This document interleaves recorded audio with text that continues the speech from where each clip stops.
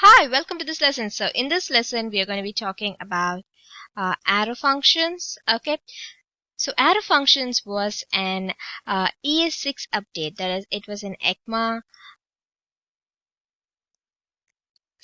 2015 update of JavaScript. So it is a very latest addition to JavaScript. So it's also called as fat arrow. So basically, what you're trying to do in this with this particular property of JavaScript is you're trying to shorten the function definition. Okay, so shorten the way you write your function definition. So that's just it. So originally, you'd write your function definition of a function expression. It's just for the function expressions. All right. So originally this is how you'd write it. So let hello func, whatever your function name is, okay. This is actually not a function name, this is a variable, right? So, and then you'll open up a function keyword and then parentheses like that immediately, and then you'd open your flower brackets and you do a return or something like that. You'd do your line of code like this, and outside of that we'd call our function inside of a console.log or an alert or something like that. We already saw all of those things. Okay, you can call the function like this, just that, and you're going to get your result if you do that, right?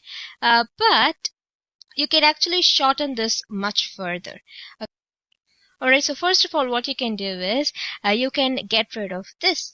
You can get rid of your function keyword like this, and after your parenthesis, so let function or let your variable is equal to just this parenthesis, and after that you can give your fat arrow. Okay, so this is what fat arrow is. Fat arrow is written with an equal to, and immediately after that you can give a greater than symbol. So that's how you write your fat arrow. So two elements in your fat arrow. Okay, so immediately after your parenthesis you can give your fat arrow. Before that there is your equal to, and then your variable declaration and everything. So if we do it like that, it's still going to work. Perfect, it's still going to work. So that's one part of shortening your function by using your arrows. But you can shorten it further. If there's, for example, if there's only one line of code in your function, so this function has just one line of code, right? So if that's the case, then what you can do is you can get rid of your flower brackets altogether. Okay, and you can also get rid of your return statement like this.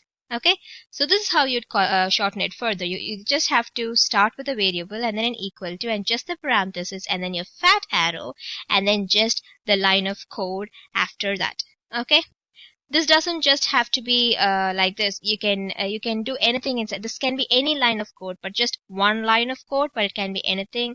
It can be like this. Perfect. See, it can be like this, or it can be like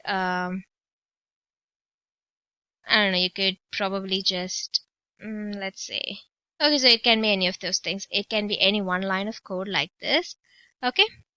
Now, if you have parameters, if you have a parameter for a function, usually you'll write that function like this, right? So maybe like this.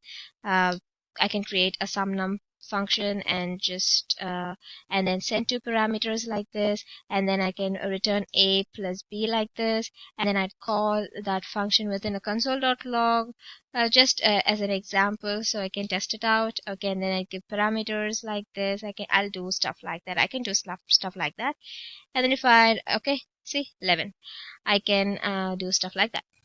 Okay, but if I want to shorten this, first of all, what I can do is first I have to get rid of this, and then I can open my fat arrow like this, right?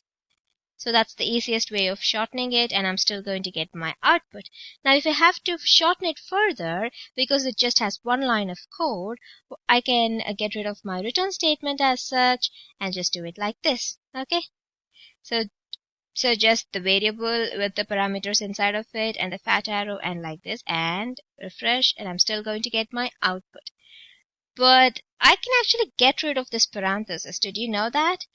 In certain situation I can do that. For example, if I had an arrow function like display string like this, usually I do it like with within here a parenthesis and then a fat arrow, and then I'd say alert of A or whatever the line of code is, and then I'd call disp string of hello world like this, right? I do it like this generally, right? If I refresh, I'm going to get my output. Now, on the other hand, but if there was just one parameter, this only works if there's just one parameter. Okay? So there's just one parameter like this. I can just get rid of this parameter, like get rid of the parenthesis and just have the parameter in here. And if I refresh, I'm gonna get hello world like this. Okay, so it works, but it doesn't work with multiple parameters. If I was sending multiple parameters like this, and then if I try to use that, that's not going to work. I'm going to end up with an error. See, unexpected token, the fat arrow. So that's because it doesn't work with multiple parameters. If you want to use multiple parameters, you have to enclose that within a parenthesis like this. Okay, then it will work hello world 5 like this. So if there's only one parameter, you can get rid of the parenthesis and it'll still work like this. Okay, perfect. So that's pretty much it for this lesson. So we looked at the arrow functions, which was an ES6 update. So I'll see you in the next lesson. Thank you.